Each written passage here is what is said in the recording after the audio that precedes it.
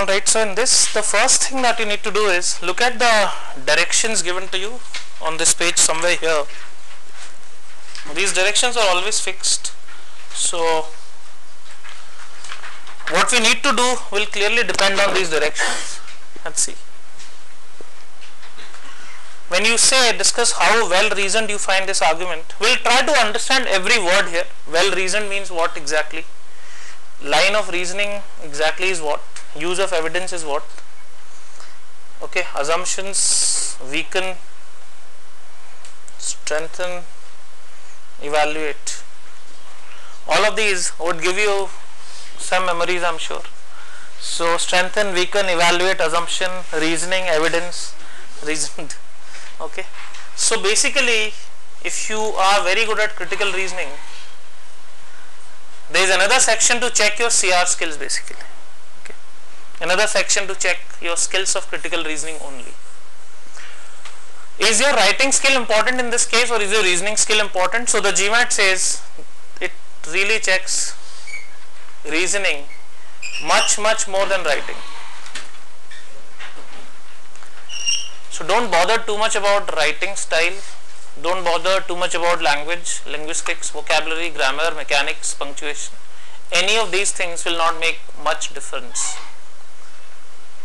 Any kind of flowery language, any special writing skill or anything anyway these days is considered bad. If you use any flowery kind of language, it's considered bad in all possible forms, not just in business, everywhere. So be very straightforward, write with punch, but write very straightforward language. So what is looked at is your reasoning in the argument should be more important than your writing skills per se. The other question can come, why is it being asked? Because my reasoning has been checked in CR. Why should I have another section? So what's the answer to that? Why do they check AWA first? If CR is good enough indicator of whatever is written here, why is this checked actually? Here you have to articulate one.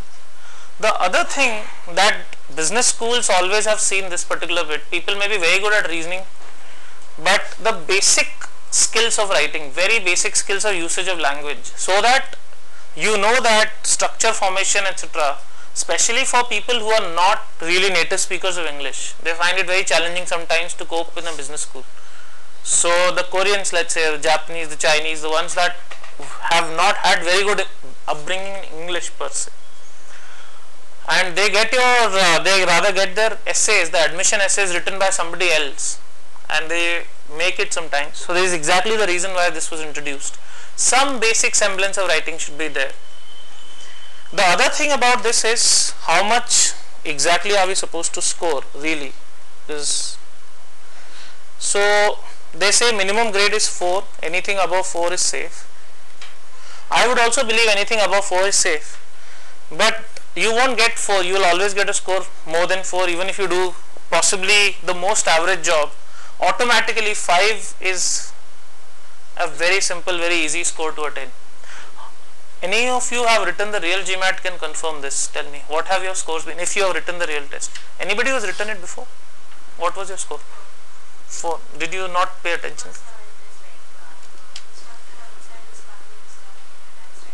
Okay. 4 is good enough though. Yeah, anybody else who got a grade? Okay. I think this is one section in which you disturb people more than people disturb you, because while you are typing somebody else might get really disturbed, and really bad on part of people who schedule exam slots, because they schedule exam slots anytime. It's not 1 to 5, so they'll have all the people from 1 to 5. You might be called in at 11 o'clock and somebody might be called in at 1 o'clock. While your verbal is on, somebody might be typing the essay. So it really happens sometimes, and they give you some earplugs for that and so on. Coming to this part right now. So as I said, so many things. So this is what will happen in the argument essay. For 30 minutes you are supposed to find flaws in an argument. Okay. This is your job, flaw analysis. All you have to do is flaw analysis of all kinds. So what are the flaws in an argument? One can be in terms of evidence. evidence can be incomplete.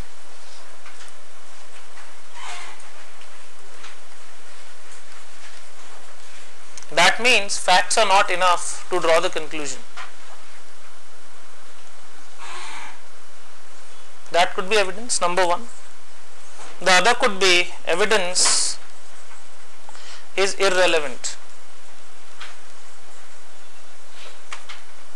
And the third is evidence could be misleading.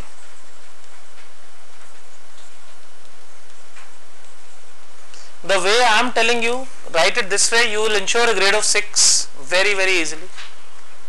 So, do you read the word use of evidence in the things that I underlined? Use of evidence. These are the three ways evidence could be used. It's always going to be a badly reasoned argument. You are asked discuss how well reasoned. The answer is not at all, because the argument will be badly reasoned always.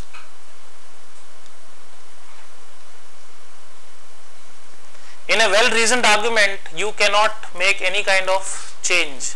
So 2 plus 2 is called a well reasoned argument. 2 plus 2 equal to 4 is a well reasoned argument. Nobody can criticize this particular thing or something like that. Nobody can find fault. That's not what it is. So the argument will always be badly reasoned. So let's see one by one what all is given to you. First thing is discuss how well reasoned. The argument will always be badly reasoned. How is an argument badly reasoned?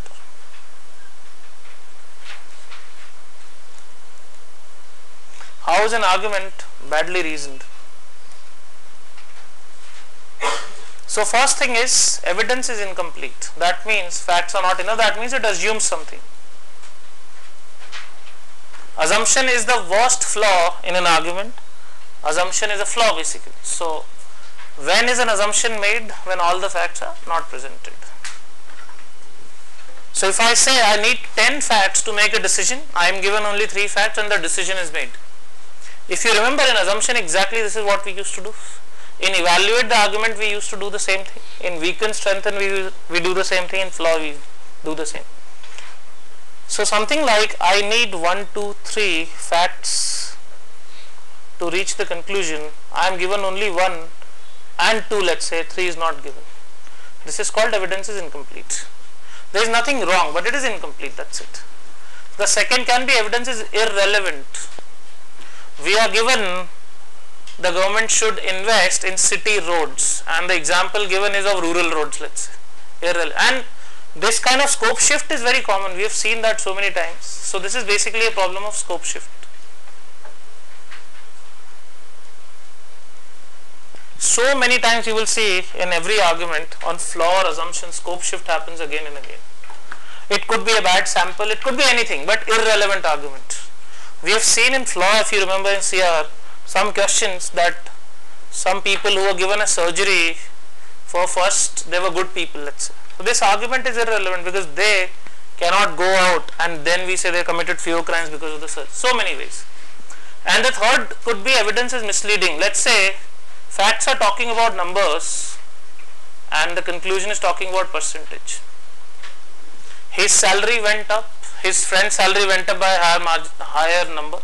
So his friend got a bigger percentage hike. This kind of a thing. Misleading evidence. So when you say use of evidence, this is exactly what the meaning is.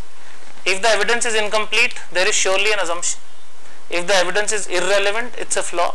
If the evidence is misleading, it's definitely a flaw. So these are the basic things. Because we are doing after all a flaw analysis, this is the first thing. What is the meaning of the next word? Line of reasoning. If you remember this diagram, this is called line of reasoning. How facts give out the conclusion. This is called line of reasoning. This is the meaning. So the line of reasoning is in one answer, one word, it's always faulty. Always, simple. This is the answer. So if you are asked, let's see first, discuss how well reasoned you find this argument. The correct answer is the argument is badly reasoned, straight. In your discussion, be sure to analyze the line of reasoning. The answer is always faulty. So you'll have to write the line of reasoning is faulty. Use of evidence, you'll have to see whether it is limited, whether it is misleading, or it is irrelevant, or both, or all three. All of these can be possible. You need to understand what assumptions are there. So you have to point out every assumption that is possible. Because it's a practical real life example, assumption will not be so difficult as it is in CR. In fact, assumptions will be very easy in this case, because it's a real life example usually. So all the assumptions you can mention. How do you weaken this argument? You have to write that by extra information that you can think about. How to strengthen the argument, we'll have to think about that, and how to evaluate the argument. All this has to be discussed clearly. Everything is related to critical reasoning. If you look at all of that is this: questionable assumptions, alternative explanations or counter examples might weaken the conclusion. Can also discuss what sort of evidence would strengthen or refute the argument. Refute is the same as weaken, so I can write refute here itself. What will make it more logically sound? Logically sound is the same as strengthen.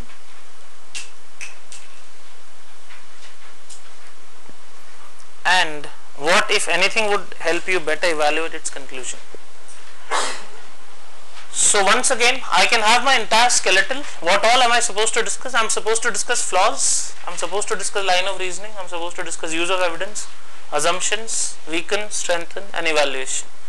Basically, these are the things. Well reasoned means badly reasoned. It's going to be badly reasoned, it's never going to be well reasoned. So that's the flaw. And it's very easy to write if you understand that it is after all critical reasoning. Commonsensical approach will not work here. Commonsensical approach. So in CR also, if you don't focus on the conclusion, you tend to answer that is very tempting, but that is not the right answer. Same thing here. Be very specific to the conclusion. So let's do the first sample task here and just have a complete discussion. You have enough time to write because you have 30 minutes and you will usually run out after 20 minutes and say that I am not sure what else to write. So don't worry about the time, usually that happens. So timing won't be a problem. So let's see this argument and let's have a discussion on this. When the Apogee company had all its operations in one location, it was more profitable than it is today, so it is a fact. Therefore, the company should close down field offices, conduct all its operations from a single location. Conclusion: such centralization would improve profitability by cutting costs and helping the company maintain better supervision of employees. Assumption, some kind of assumption. So clearly, should close down all its field offices. Do you think all the facts are available? So we have our first thing. It's not a very well reasoned argument because premise to conclusion, all facts are missing in a sense. Come up with your answer in the sense, what are the flaws? How is the line of reasoning bad? How is the use of evidence limited or something? How do you weaken this argument? How to strengthen? How to evaluate? Think about it. We'll have a full discussion on one argument. That should give you an idea.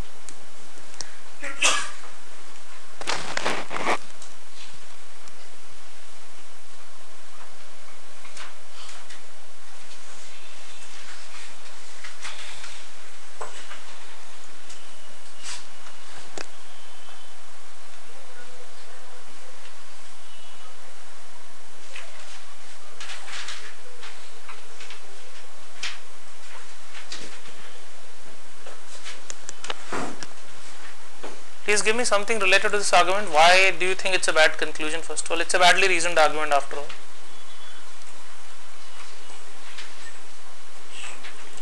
So tell me, why is it badly?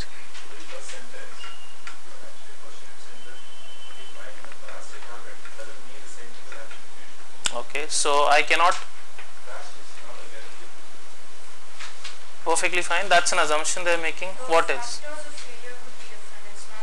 The expansion. The there may be some alternate reason, right? That is what you're trying to say? Yeah. 1 second please. For the failure in the new location. Supervising employees. So one by one, sorry. Yeah. Supervising employees closely can lead to a bad work ethic. So basically that's also a flawed assumption, that all the employees at one place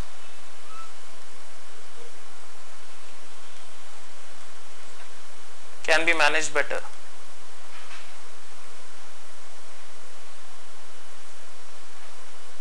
In fact, this is not correct mostly. HR theory tells divide people in smaller teams. That's what HR tells.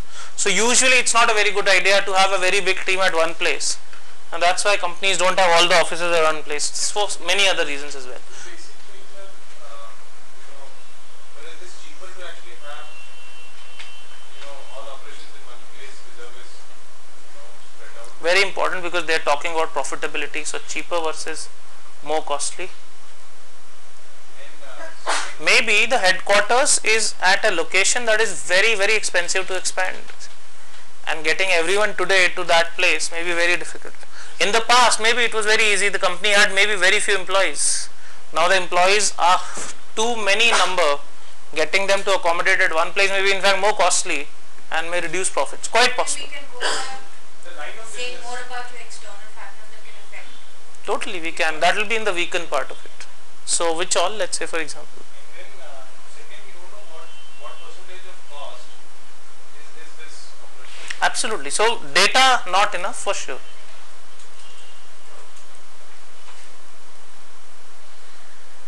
There is no question about it. Not enough data for sure. I mean, if you say on the basis of one fact that it was earlier more profitable, a company could really take a decision. I'm sure this is totally not there.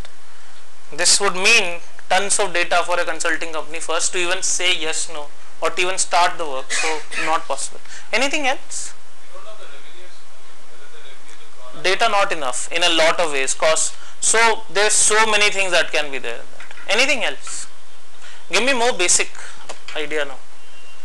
You were saying? I was saying more about external factor, like we were talking about costs probably being high, so it could probably go on the basis of finding the right sort of labor, or maybe that was an issue, or Okay. try and go on to the nitty-gritty of how a company was probably run, try weakening it through that. So many factors can come in. The moment you talk about weakening, you can bring in whatever you want, because weakening is always with if true. If true means new information. And new information you can introduce whatever you want. Yes, please. Anything else? Some more flaw in this? Something else? We're not sure if we can actually work with the centralized office. Sorry, we are not sure. Line of business, we're not sure. Yeah, so you don't know what all. So you don't know costs, you don't know revenue, you don't know percentage profit, you don't know what the company does. Because a company with centralization may completely come to a standstill if it is a retail kind of company. But it also depends. If it's an internet driven company, maybe from one location it can work. So it's important what it does, what is its reach, is it global or local or city or what it is, etc. Any other thing? Losing the field offices is a loss.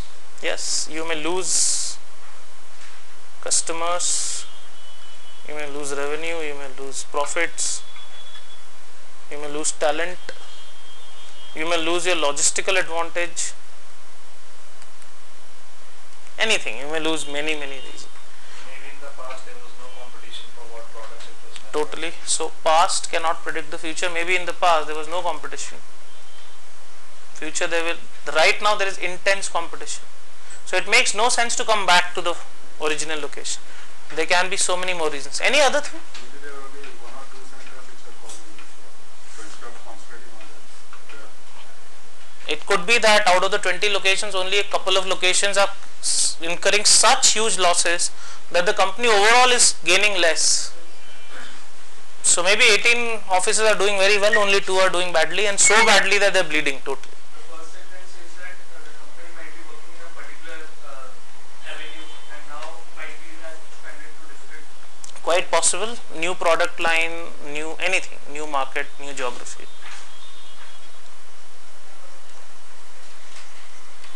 etc. etc. Quite a lot of possibilities here. Anything else? The basic reason for not being profitable may not be that it is in one location. Absolutely. So alternate reason, we have done this clearly. Anything else? I still don't think I got all the answers right now, so I'm just thinking. Author is assuming here that the company is working in the same product line. No, he's not assuming anything like that. He's not assuming anything like that. You can't say that. You can't say he's assuming like that. That's All operations from a single location might actually lead to a loss. that's not necessary once again. So you have to actually say why they may lead to loss. So these are the reasons we're anyway talking about. Any other thing? Any other thing? Okay, so let's see, our structure is very straightforward. We'll talk about the flaws first. There are 3 flaws in this argument. One is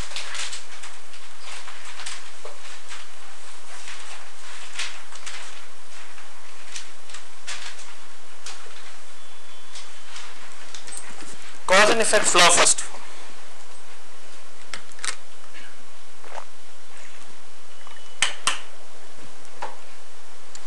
When it comes to formalizing your logic, these small things are very important. If I say, if A happened before B, does it imply that, or does it not imply that A caused B?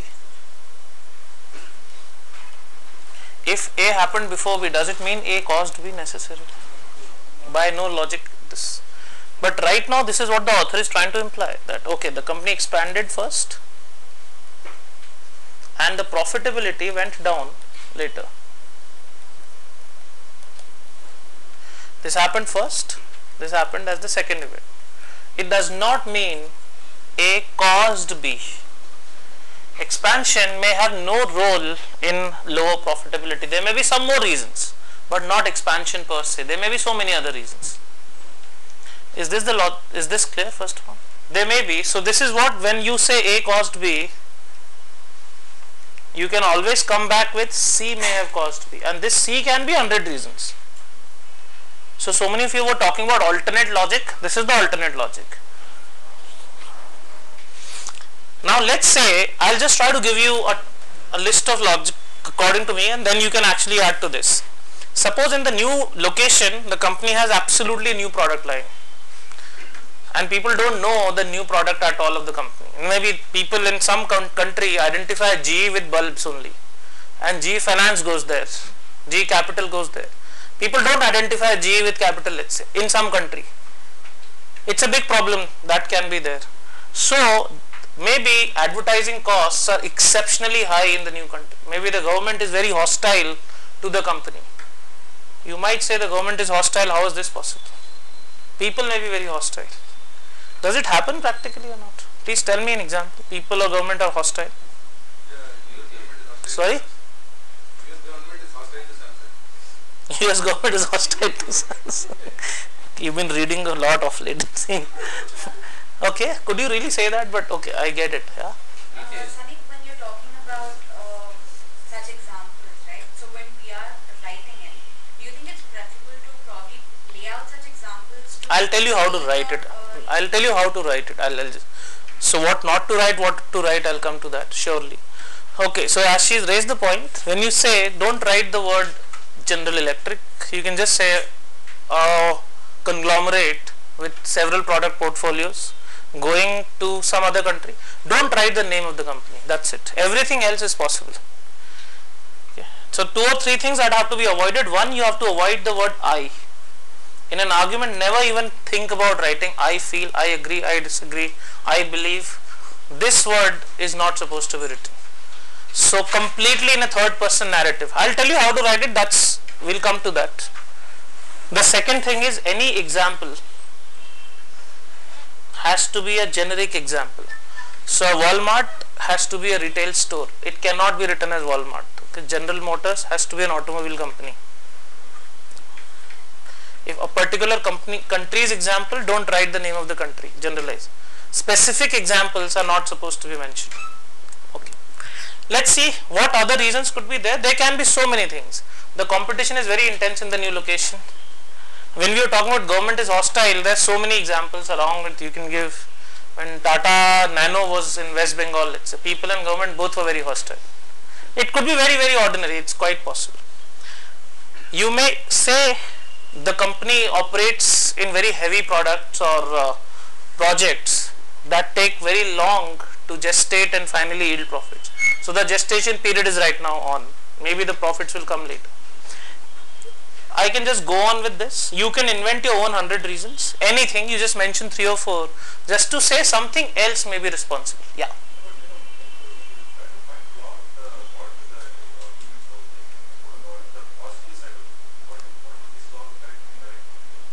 What if we'll come to the strength and bit then. When you're finding flaws, you can't think about the correctness of flaws. We are given that choice in the strength part. We'll come to that. We are right now saying it's a bad decision. Then we'll try to say it's a good decision also. Let's see. So there can be so many reasons why the company does not do well in the new location. It has nothing to do with the fact that expansion is the reason. I can give something else is the reason. So that is cause effect flaw. Analogy flaw you've already mentioned. What happened in the past may not happen in the future is analogy. They are assuming that the business landscape will remain the same when the company comes back to the central location. So what may change? Can you give me an example? What may change from previous time to this time? This time. Competition may change completely. Prices of land may change. Product line may change. Inflation may change. Sorry? The nature of business may not be amenable. Yes, absolutely right. Yeah. Rules, regulations may change completely. So anything. So analogy does not fit in. That is why analogy flaw. The author assumes that the business landscape generally remains the same in the previous and the new situations. The number percentage flaw nobody pointed out. So I will give you some time. Where is the number percentage flaw in this argument?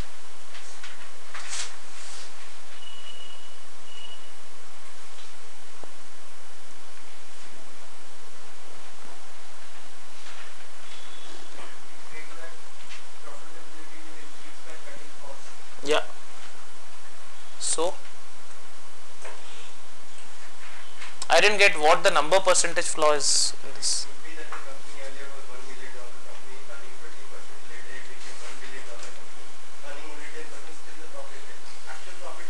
Perfect. Imagine this situation. Wow, this is very good. Suppose in the central location the company was $1 million revenue and 20% profitability. Profit is different. Okay? Profitability is different, and the word profit is not used in this argument at all. Profitable and profitability.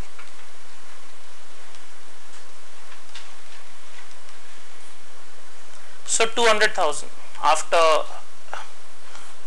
this was the profit. Now the revenues are, let's say, 1 billion and 10% profit. Still it is 100 million. Who says if the profitability is low, the company is doing badly? That's what. So the author is implying, or author is deliberately misleading the reader that if profitability is low, it is a it's a gloomier prediction than the other way around possible. So it's clearly it's a better situation in fact. In fact, the entire situation may be better than what the author is trying to portray, and that's where misleading with number percentage comes in. What did you feel when you read it for the first time? The author is trying to portray a bad picture, good picture. As of now, it may be this situation. It's a very good picture. 200,000, you would never come back to 200,000 after 100 million, I'm sure. So clearly that's a much, so percentage wise it has slipped, and this is true for almost all businesses, almost all the businesses. percentage revenue, percentage profit is usually low or very high for big businesses. Exceptions are always there. You have IT companies and web companies that are exceptions. Normally for big businesses, margins are very low. A tea stall around the corner may have higher margin than Walmart. Okay, Walmart's margins are 3 to 4%. That's the profit margin of Walmart. It's the biggest or the second biggest company in the world as the year may be, but that's what. A tea stall across the road may have 20% profit. So that's what I'm trying to say. It doesn't matter really. Percentage versus number is a big flaw in this. So this was cause and effect analogy, number, percentage. So we have mentioned the flaws.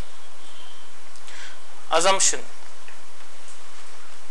One assumption has already been covered in the flaw, that the author assumes that business landscape remains the same. Second assumption is it's easier to manage employees when they are larger in number at one location.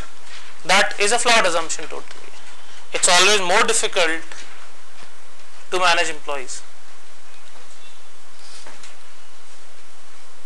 It is written it will lead to better supervision. It's only an assumption. Usually it is not the case.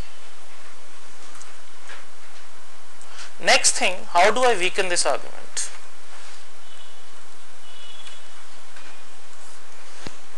To weaken the argument, you have to first think, why does a company usually expand?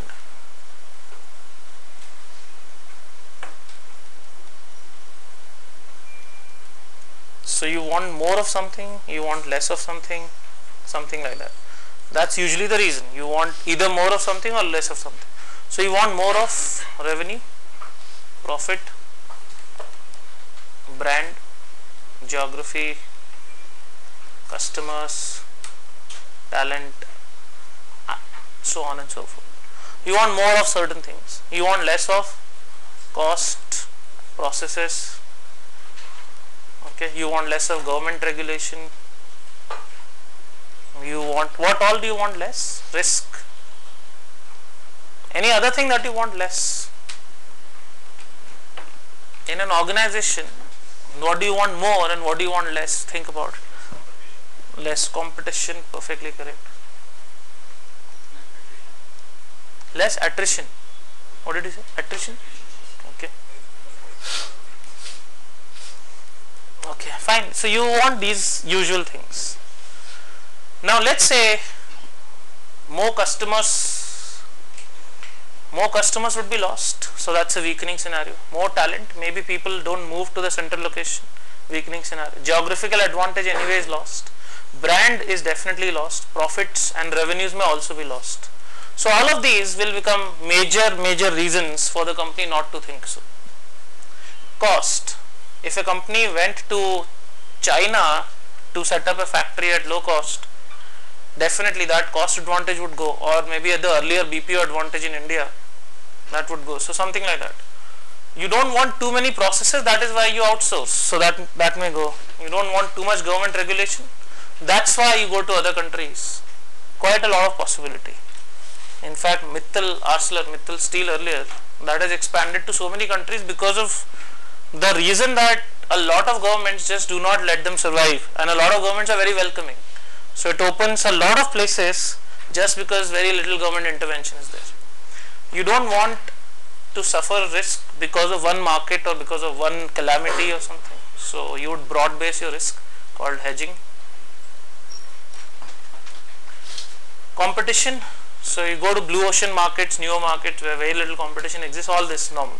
Attrition, I don't know, I didn't think of it, but yeah, could be a reason. But because of attrition or low attrition, I don't think expansion decisions are usually taken. I'm not sure though.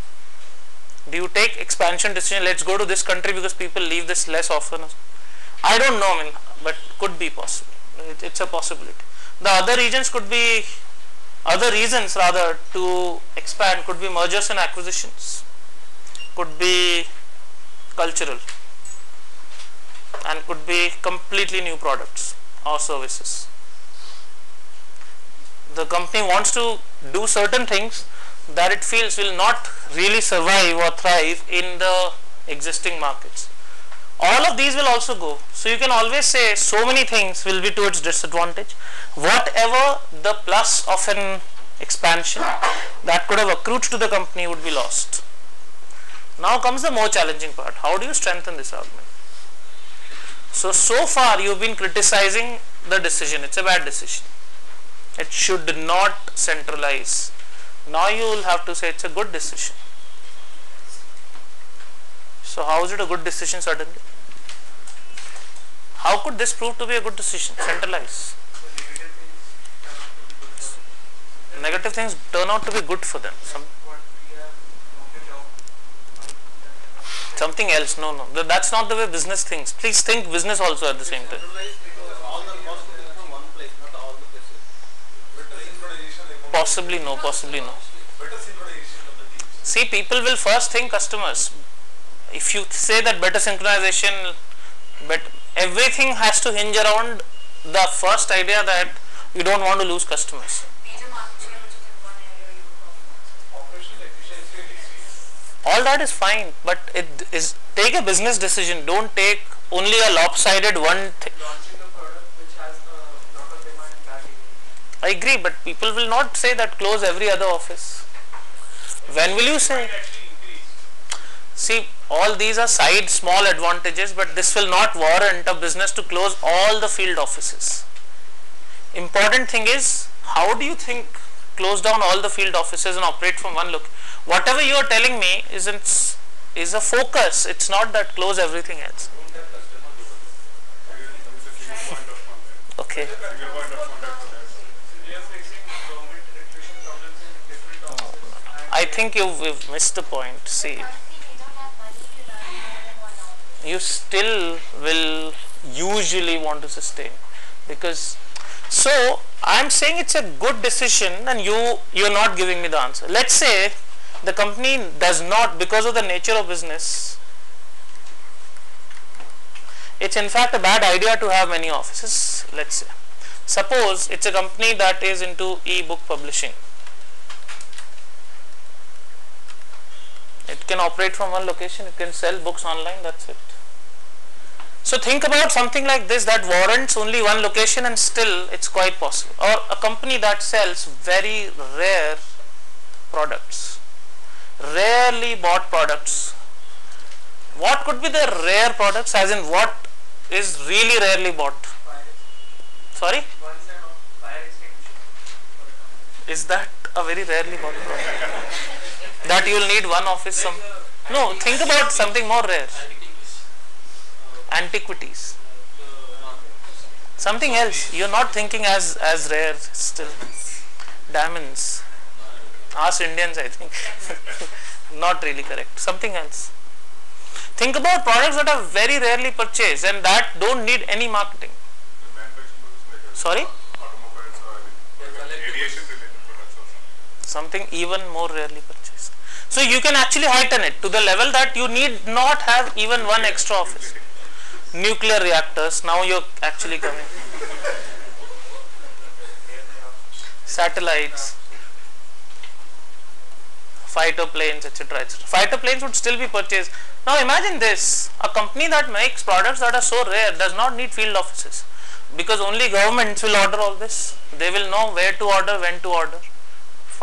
So this, if you say that one particular region is making losses, so stop it, that's not the way business decisions will be usually taken. So it may be a very sensible idea for the company to operate from one location if it is in products or services such as these. On the other hand, take the other extreme. If it's a food chain like McDonald's or Walmart, retail, you can't even think of operating from one location. So it's completely illogical. So it could be strengthened if the product or service is offered so that you don't need any field offices. Absolute. That means it's a plus for the business to do so. Yes, please. Also appears that maybe there is a change of objectives of this company, some change in shift policy. Quite possible. So, quite possible. All happening on the way. So why I rejected those answers is not for any other thing they were wrong or right. They do not normally constitute business decisions. Because eventually you would not say that at the cost of my customers I'd do every other. You don't. In this case you're not losing your customers.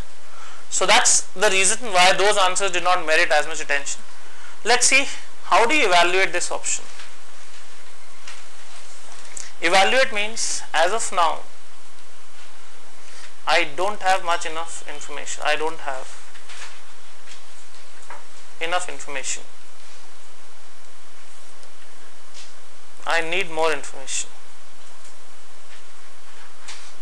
So if you have to ask only, let's say, 5 questions about this company, what information would you want to know so that you can say, according to you, it's a good or a bad idea? That is what evaluation was. What would you want to know if you want to know a few things? Nature of business, for sure. Nature and reach of the business, or global or local or something. What else would you want to know? Actual numbers, basically. What would be the 3 or 4 most critical things that you want to know before you can say it's a good or a bad idea? Is the talent available? So talent could be a reason, actual values, numbers could be a reason, so many things. Nature of business is something that told us it's in strengthening the argument we use this as the biggest prop. So nature of business is very important. The reach of business. Why reach is important? Suppose it has 5 offices in 5 continents versus 5 offices within 5 kilometers radius. There is a big difference. You can still think about closing 4 of them. So that reach is also important. So I am just taking extremely different types of examples. That means extreme examples of one side. That's what evaluation is. Just mentioned this. These 2-3 answers should be known to you before you can make a decision. Yeah.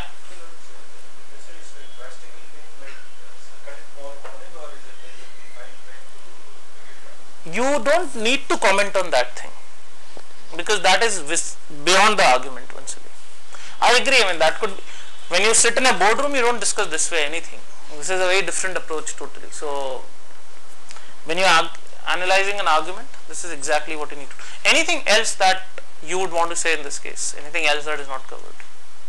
Now how to write, because I have just given you a perspective, but how do you write it?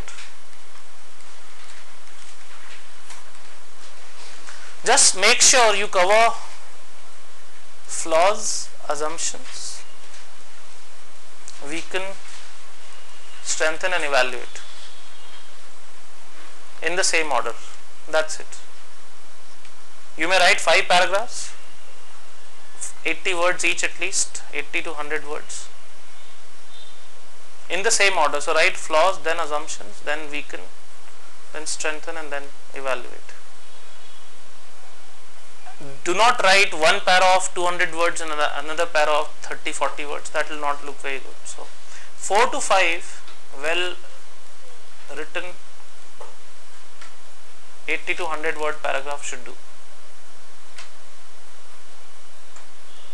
Okay, the word I is not required here. I'll tell you why it is not required, and the second thing is specifics are not required. Beyond that, I don't think there is any major thing in this. Just make sure you don't write short forms, jargons, all that is given to you. Yeah. Can we use you as in you cannot do this or one would not do this? One. Don't say the word you in this case. So the writing has to be third person writing. First and second person writing, we, I, you, all these 3 words in fact you can eliminate. Why is it like this? Let's see. You are not giving your opinion here, you are telling a logical critique. What is the difference? I'm looking for No, not that.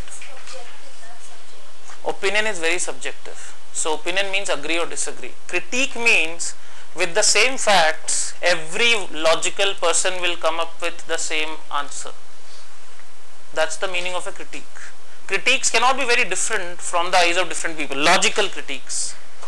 So you are not supposed to give your opinion, you are supposed to give your critique, and there is a huge difference. And the moment you say, I feel, I agree, I disagree, you are more likely to give your opinion and not critique. So let's say how to start an argument. I'll give you a sample PDF in which you can see hundreds of answers, but let's say the author of this passage has made 3 serious errors of reasoning. You can say 1, he mistakes coincidence for a cause, something like that. Second, he assumes a lot of things or he believes certain things. Third, number versus percentage jugglery, or he misleads by use. Simple. And then you can mention what all the problems are.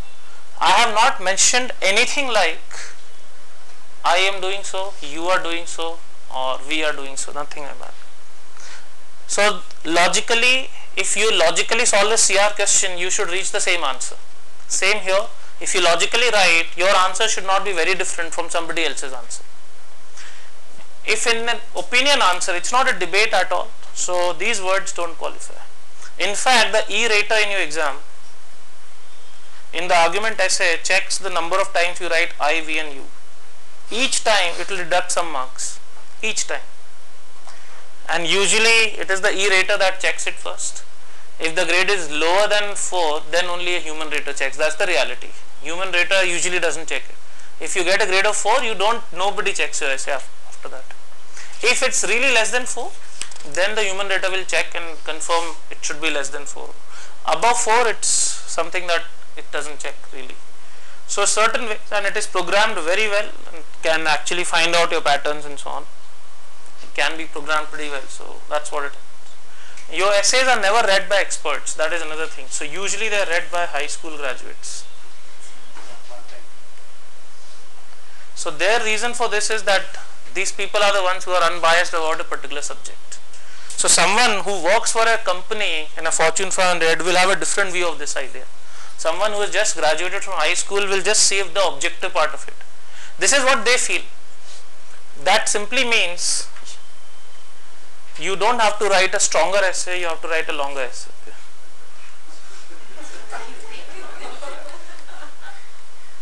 This is, a longer essay is better than a shorter essay in this context. Because of this reason, people who read it are high school graduates. So the first impression, how long the essay is, and then everything else follows it. That's why nobody fails. Okay? That's why usually nobody fails.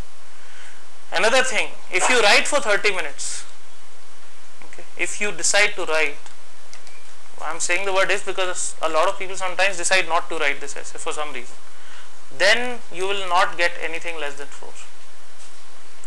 So nobody usually fails in this section. People who decide not to write will surely fail, but otherwise not. You can imagine if you leave it blank, you can't leave it blank, you have to write at least one word or one letter. Almost, you still get a grade of 2.5. With absolutely blank, you get 2.5. There is no grade less than 2.5 which is practically possible. So should give you some idea in this case. Absolutely no writing will still fetch you 2 points. So 4 is, I think everyone is able to get it. So don't sweat too much about it. What next to do in this?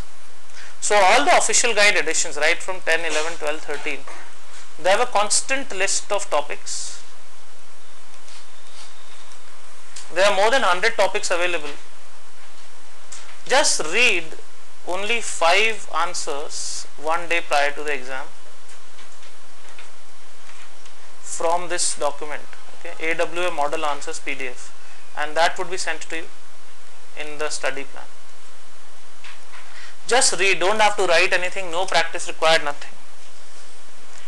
There is a document I will send you, AWA model answers on this. All your questions in AWA always come from the official guide. Okay?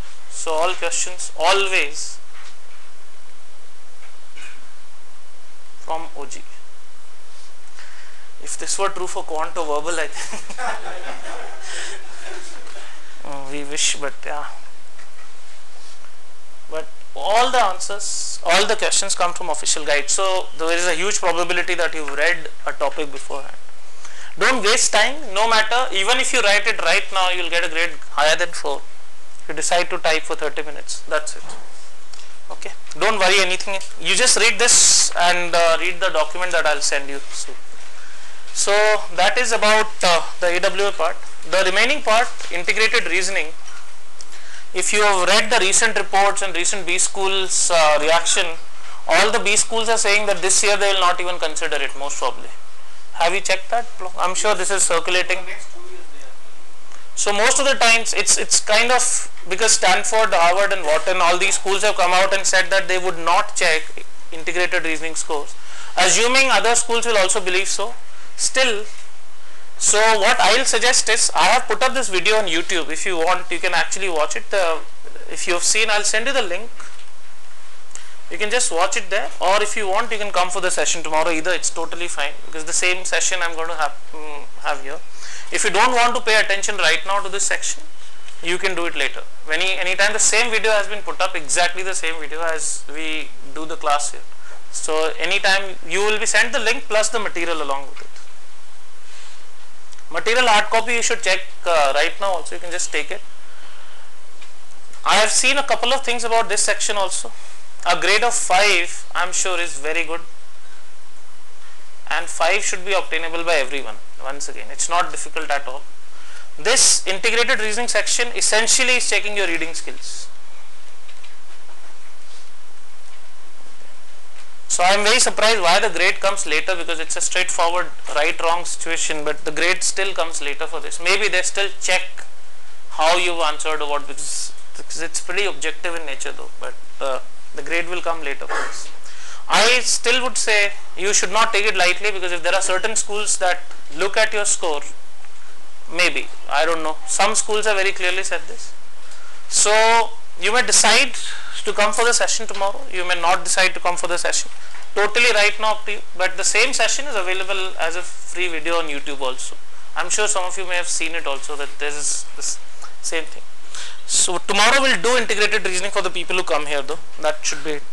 So I'll end it here and we'll continue it tomorrow in case you want to attend it tomorrow. Alright? Sure. That's what study plan will tell you. So I'm sending a study plan mail that will tell you what to do next. Clear? Yes, please.